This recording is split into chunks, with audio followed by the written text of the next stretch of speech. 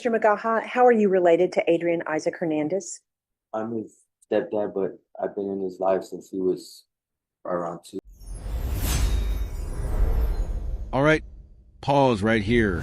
This is a real fight. The court isn't asking if Adrian messed up. That part is already settled. The only question now is this: does he deserve another chance? In legal terms, probation and deferred adjudication are acts of trust, and judges do not hand those out lightly, especially after prior violations. So listen closely, because every word from this witness is either building a bridge to freedom or burning it.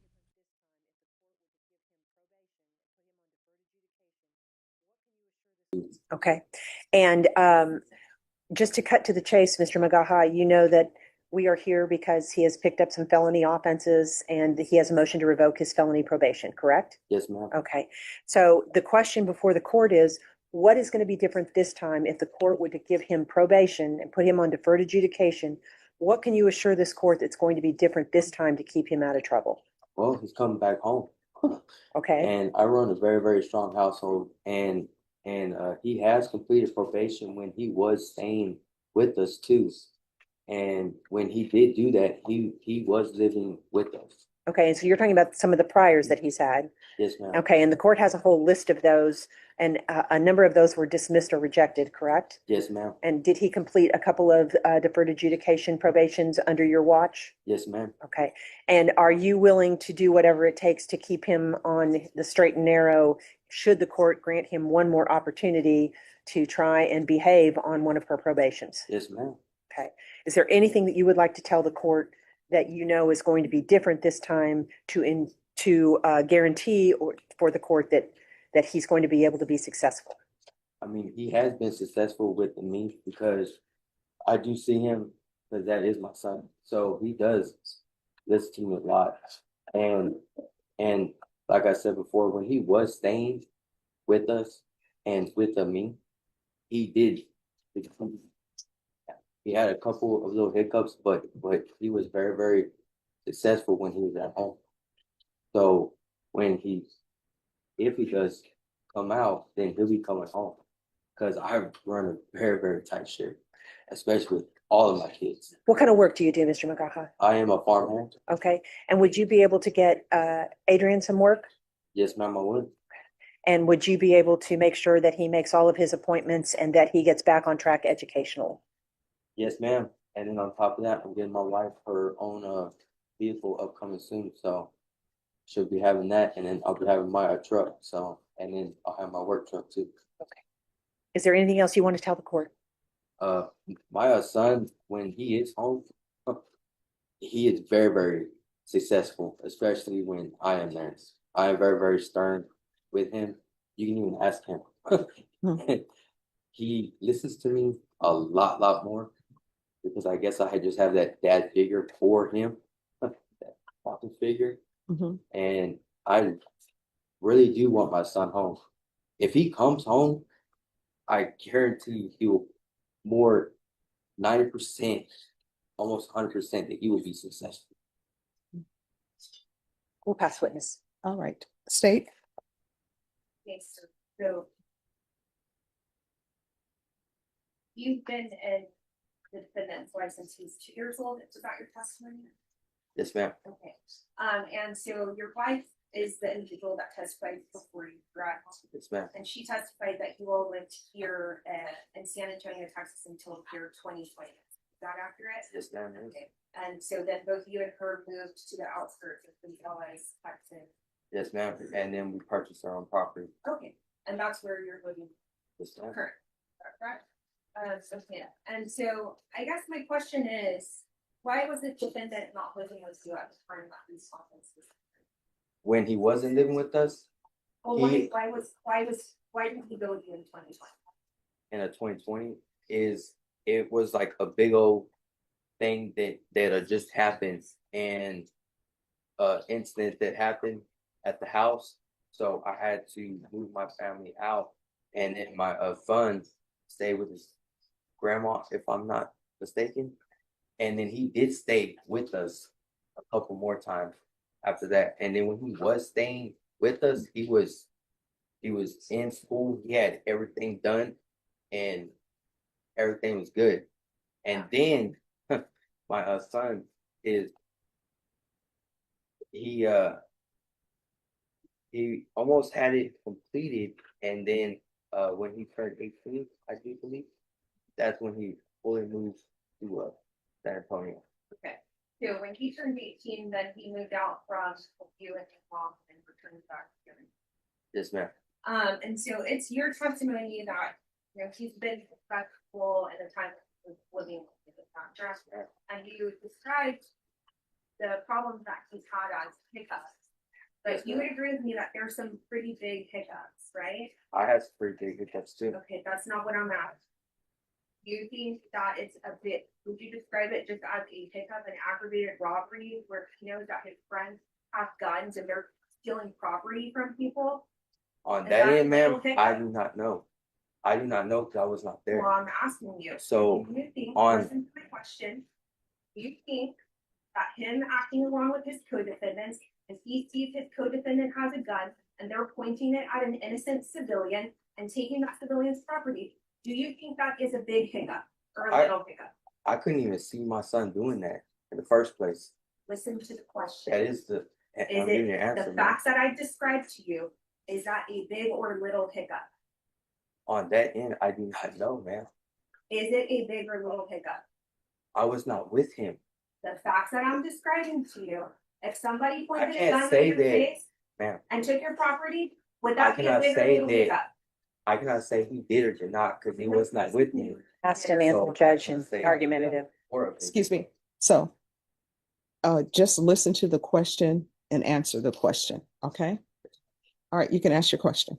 Facts that I described to you, hypothetically, hypothetically. if Okay. somebody acted along with another co-defendant and one co-defendant had a firearm and pointed it at an innocent civilian and the other person started taking that civilian's property, would you describe that as a big or little hiccup? I would call that as a big hiccup, yes, ma'am. We pass away. We have nothing further. All right, sir. Thank you for giving me some insight into your stepson. I appreciate you coming in to testify. Yes, ma'am. All right, thank you. Call your next witness. We have no further witnesses. All right. Unless, did you want to say anything to the court, or do you want to just rely on your letter? Just want to say that Well, here's the thing. If you want to say something to me, then I'll have to swear you in and the state will get a chance to ask you questions. I'm sorry? All right, can you raise your right hand? Do you solemnly swear or affirm the testimony you give will be the truth and nothing but the truth, so help you God? All right, you can lower your hand, state your name for the record. Adrian Hernandez. All right, and before he begins talking, did you want to confer with him a little bit about whether he wants to say something to the court or not? Yeah, if I could, just Yes. briefly. Want to do that? Okay. Judge, he'd rather just rely on the letter that he gave the court. All right. I'll hear your argument, and then defense, I'll hear your argument for the cases that he's here to be sentenced on, as well as the motion to revoke. I think it'll flow smoother with that. All right, state. Judge, so we are asking that you deny all of his applications and sentence him to 12 years in the prison and the aggravated robbery cases, and then 5 years in the prison on the collision case. Your Honor, I do appreciate in reviewing the PSI that this defendant did somewhat take responsibility for his actions.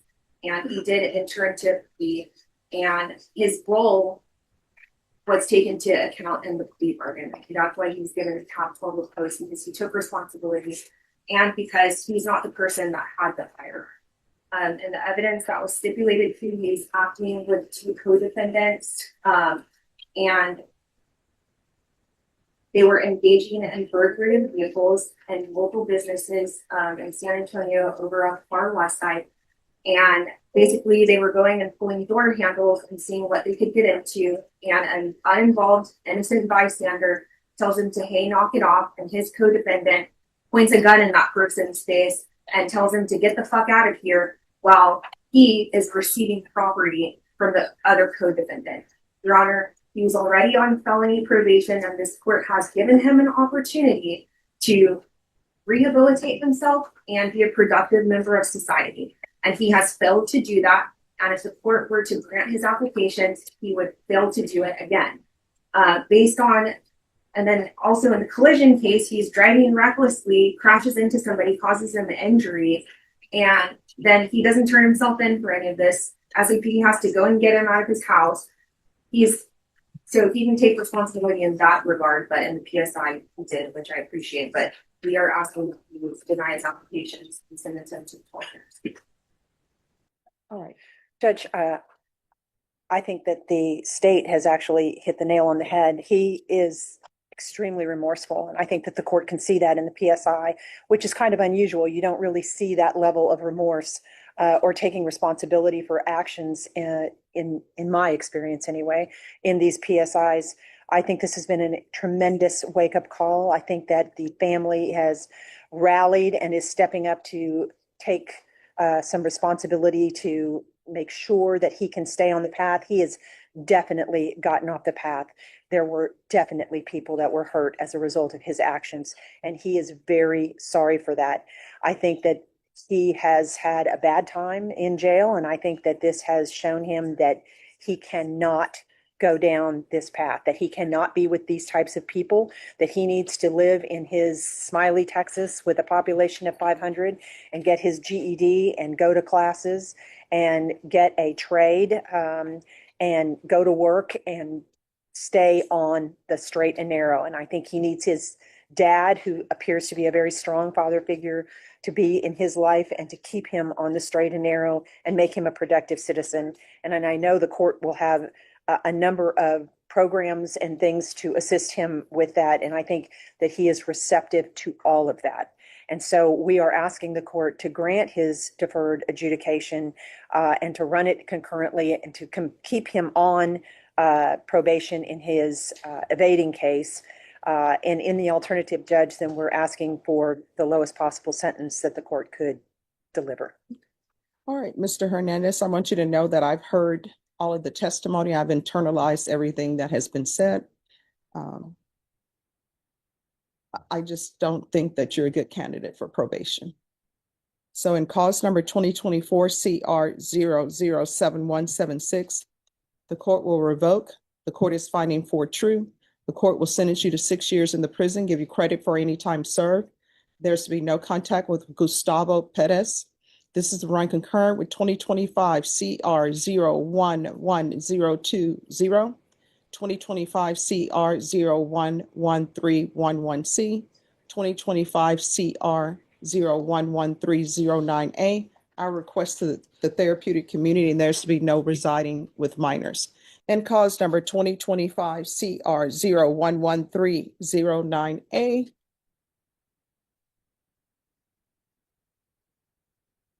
Court is going to deny your motion.